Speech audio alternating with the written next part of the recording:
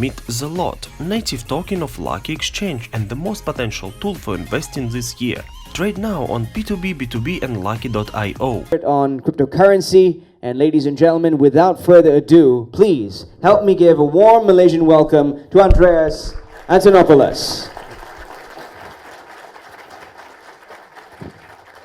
Thank you very much. Thank you. Hi, everyone. Good afternoon. Salam alaikum. It's a real pleasure to be here.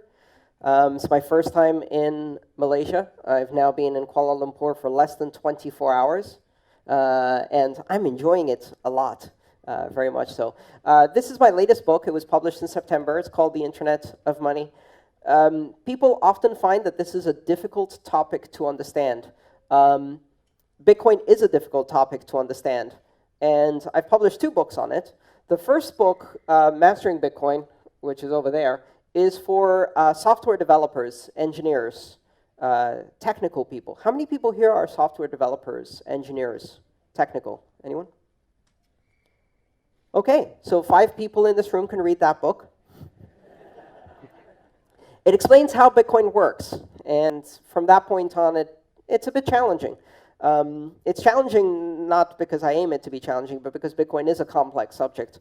Now, for everybody who's not a developer, the reason I published that book, The Internet of Money, is this isn't about how it works. This is about why it matters. And it's a collection of 11 of my talks delivered in this format, and it explains the philosophy of money, the implications of Bitcoin on society, and it's a book for everyone. It's the book I gave my mom to read, and she doesn't understand anything about computers or money, so that's a good start. Great. So before I get started, I'd like to get a feel for the people in the audience and get a bit of an understanding of how many people are familiar with these technologies that we're going to be discussing today. So by show of hands, let's start with the narrowest, which is how many people here own Bitcoin? Okay. Someone did a good turnout for the community. Hi. Thank you for coming. Hi. Thank you for coming.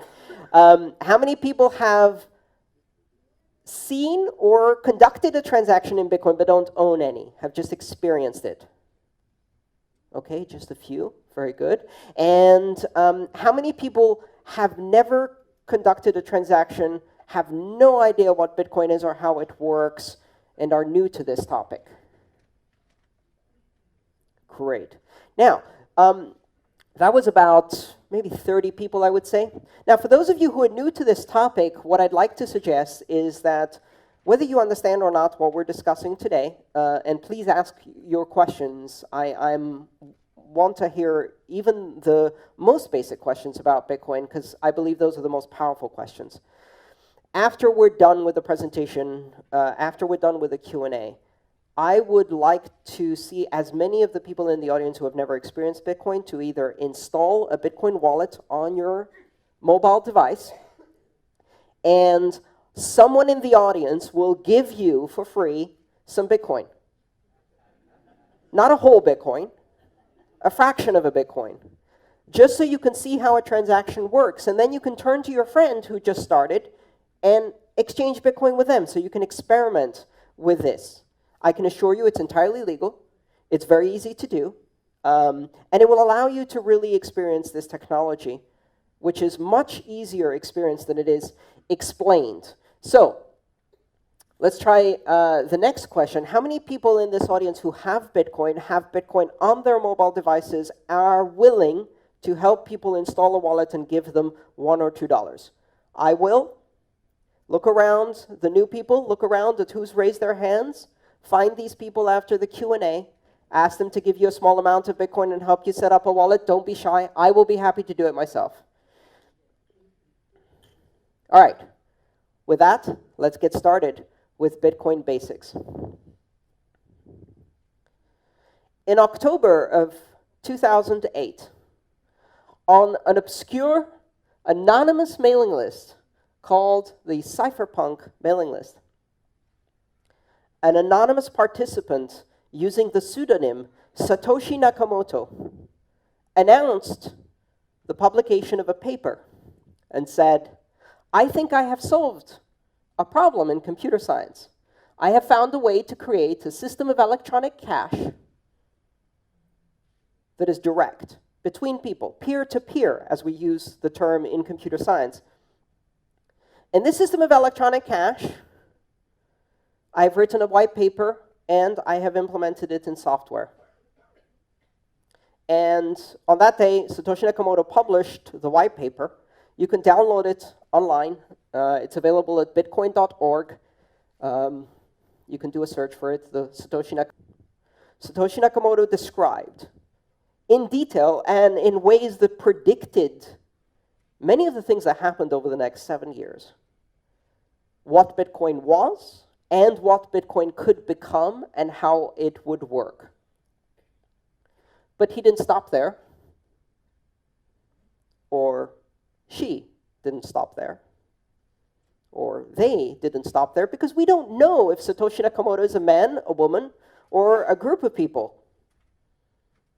or an alien being from the future. Okay, probably not that last one. Satoshi Nakamoto then published software and invited people to participate in running a network. And this gives you the first hint as to how Bitcoin works. Bitcoin is software. Bitcoin is an application, among other things. You download this application, you run it on your computer. You can run it on a laptop, you can run it on a desktop, preferably on a computer that's permanently connected to the internet. It uses quite a bit of RAM and disk space right now, but in those days it was very lightweight. And if you run this program, it reaches out on the internet and it finds other people running this program. You don't know who these people are. It doesn't reach out to specific people. It creates a random mesh network, what we call a peer-to-peer network, where every participant in the system is equal. There's no special computer. They're all just talking to each other. It creates what in network terms we would call a crowd. So randomly reaches out and connects to various other computers running the Bitcoin software. And together they create a network. And that network is used to exchange and propagate transactions. And these transactions are encoded in a digital format. They contain information about the transfer of value and the authorization to transfer value between participants. Nobody controls this network. And this is a critical concept. Nobody controls this network. You can be running one of these computers. You do not control this network. You run one of these applications. It connects to other people. And you run another one of these applications. And it talks Bitcoin to the other computers that are talking Bitcoin. But no one is in control. No one is in charge. Just like when you're running a computer that speaks on the internet and communicates with other computers on the internet, no one is in control. If you interact directly between these systems. That network started on January 3rd, 2009. And on that day, the world changed. For the first time in the history of money, in the history of trust, in the history of institutions, in the history of humanity, a system that is completely independent of authority, is completely independent of institutions, a system that develops trust as the result of collaboration, communication, and computation through cryptography, was born. This system allows people to exchange value, to transmit money. And this money is called Bitcoin. So Bitcoin is the application. It's the software that you run on your computer that communicates with all of the other computers running the Bitcoin software. Bitcoin is the name of the network that runs, the Bitcoin network, which is the collection of all of these computers. Some 6,500 of them around the world, anywhere there is internet, are the ones we know that advertise their presence, several thousand more that don't, and 10 the Bitcoin network. And all of this is an infrastructure that is used to create and transmit value in the form of transactions expressed in a new currency, the Bitcoin currency. And the Bitcoin currency is unlike any other form of money we have ever seen before. First of all, as a form of money, it does not exist in physical form. It is the culmination of a trajectory we've seen in human history. Over thousands of years, money has become a more abstract form of value. You start with very, very tangible forms of value. Commodities. A goat, a banana, a pineapple. These are very poor forms of money because you can eat them, and they rot or die, and they can be lost. They're not very good forms of money because they are the thing of value. We went from that to gold, precious metals, and stamped coins. These are better forms of money because you cannot eat them. They do not die or rot. They do not represent the value itself. They are not the value. And this is an interesting concept. Money is not the valuable thing itself. Money is the thing you exchange for the valuable thing itself. The reason bananas are not good money is because bananas are the value you're trying to get.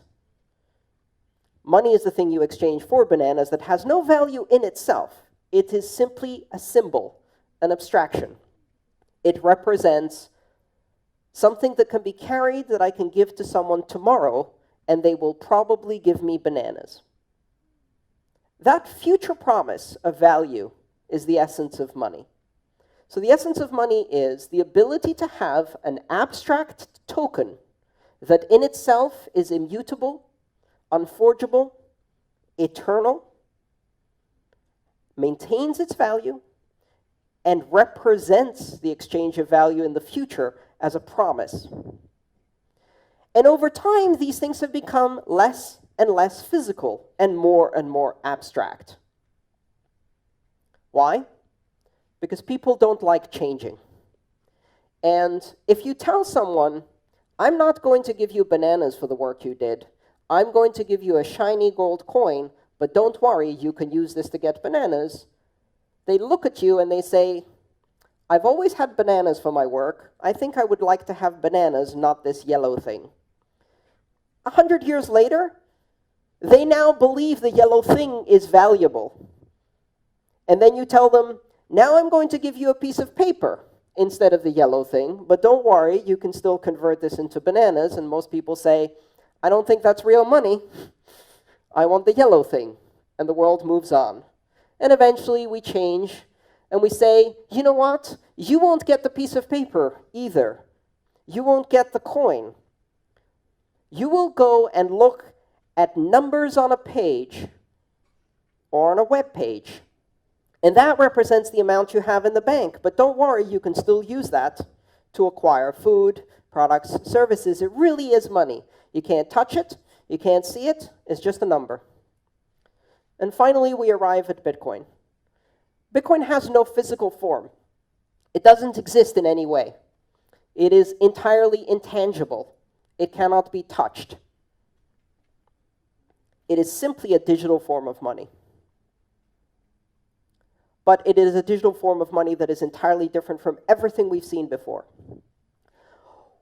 What it does that is different is that it is not a form of money that is recorded in the database or records of a company.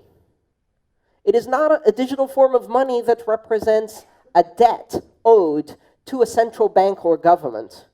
It is not a digital form of money that has been issued by a sovereign digital money that has been issued through complex and energy-intensive computation on the internet, is recorded simultaneously on every computer that participates in the Bitcoin network, is validated independently by every computer that participates in the Bitcoin network, cannot be forged, cannot be counterfeited, cannot be censored, cannot be seized or frozen, can be transmitted anywhere in the world as information, can be verified independently by anyone who receives it,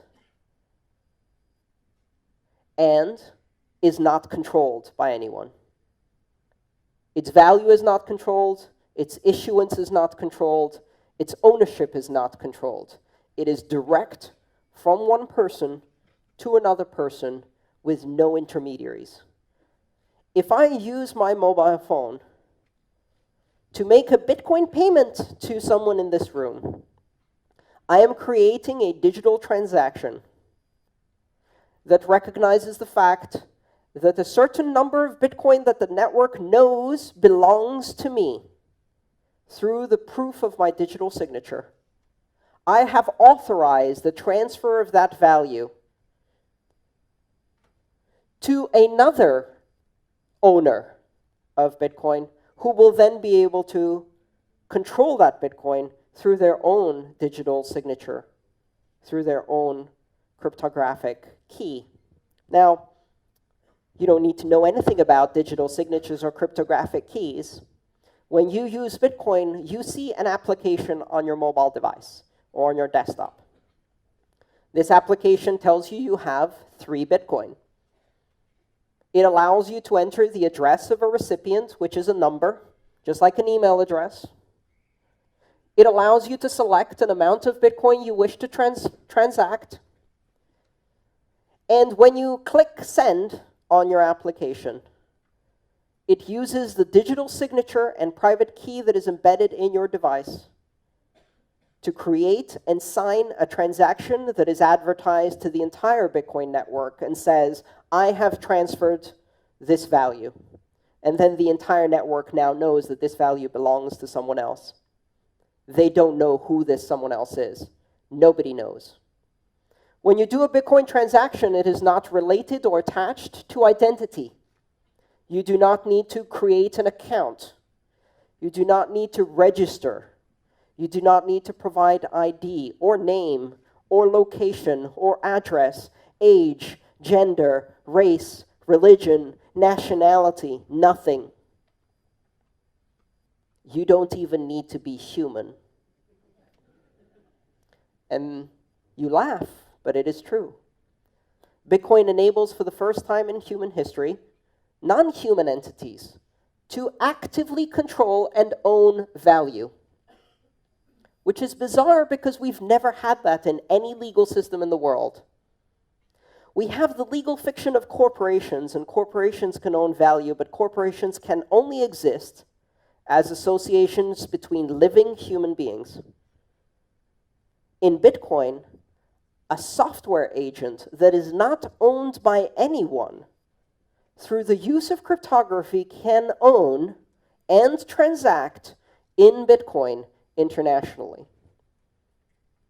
This creates some very interesting and also very disturbing possibilities for the future.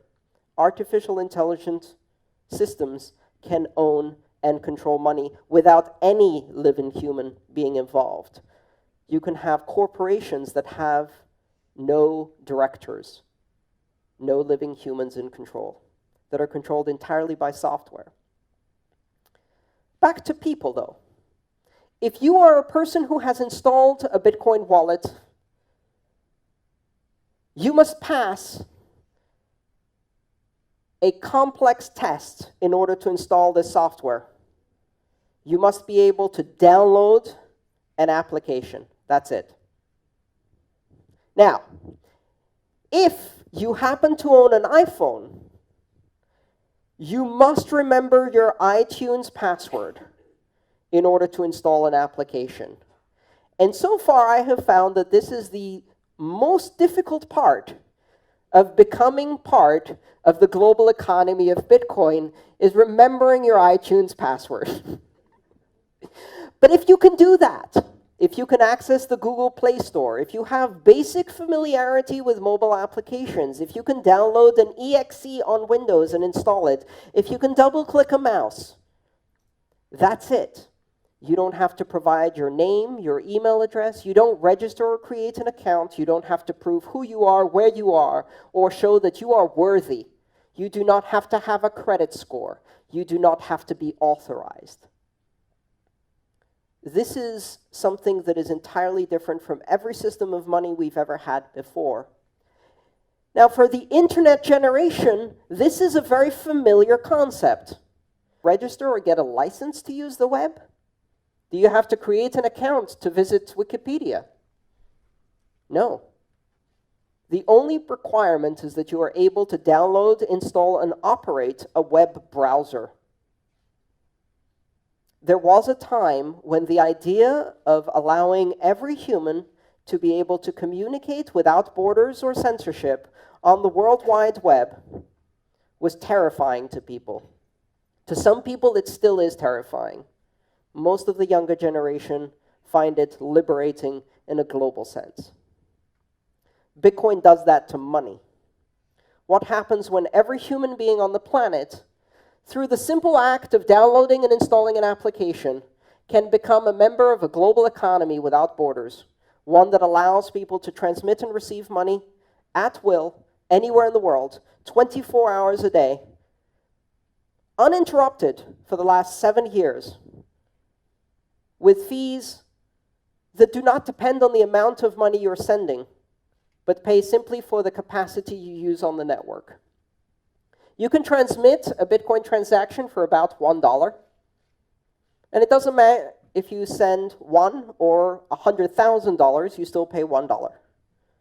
It doesn't matter if you're sending it from here to another province in Malaysia, or if you're sending it from here to the opposite end of the planet. It doesn't matter if you are an individual or corporation, or if you're sending it to an individual or corporation. It doesn't matter if you're sending it to someone who is rich or someone who is poor. You can. Bitcoin changes the way we approach finance completely. But that's just the first layer. Because the technology that makes Bitcoin possible, that allows two people from opposite ends of the planet to securely transact with each other without knowing each other and without trusting each other, opens up an entire range of applications that we haven't yet imagined. Bitcoin is not just money for the internet. Bitcoin is a platform. The technology that Bitcoin uses, a combination of the blockchain, which is the global transaction ledger that records every transaction, the decentralized consensus mechanism called proof of work that allows security on the Bitcoin blockchain, the open system of access that allows anyone to participate without barriers, and its borderless and neutral nature that make it possible for anyone to participate regardless of who they are, where the only thing that matters is whether a transaction is valid, not who is the source or destination, not what is the amount. These fundamental building blocks that make Bitcoin possible open the door to dozens and then hundreds and then thousands of applications of trust. At its core, Bitcoin represents the replacement of trust through institutions to trust through networks. For centuries, human society has been based on the fact that in order to coordinate the activity between large numbers of people, we have to have something to trust. And until now, the best answer to that problem was institutions. Collections of people governed by rules and policies with oversight, transparent centers of trust through tradition, through reputation, through longevity. Institutions of trust are failing. They're failing all over the world. They're failing when they are newspapers. They are failing in political institutions. They are failing in numbers of ways. And the reason they are failing is because they represent systems of scale for industrial societies. And we are no longer industrial nation-state societies. We are now information societies of global scale that collaborate across borders at massive scale. We are now solving problems that affect not 30 million people in one country, but 7.5 billion people on one planet. And for problems of that scale and collaboration of that scale, traditional institutions do not work. They fail to scale. They're not evil. They're not deliberately corrupt. They simply fail to solve the problems of a global society. And yet, during that very time that we see these institutions failing, we have seen the emergence of new systems of governance, of new systems of global collaboration, systems that do allow us to collaborate, communicate, and solve problems at scale. And the first of those systems was the internet. And with that, we see the first system of communication that transcends nations communicate. Bitcoin represents that happening to money. It represents a network-centric system of money that is beyond the nation state. A network-centric system of money that scales and allows people to collaborate on a global basis, that allows anyone everywhere and anywhere to participate in a global economy without barriers, without borders, without ID, without credentials, simply through the act of running software. And that will change the world. Thank you.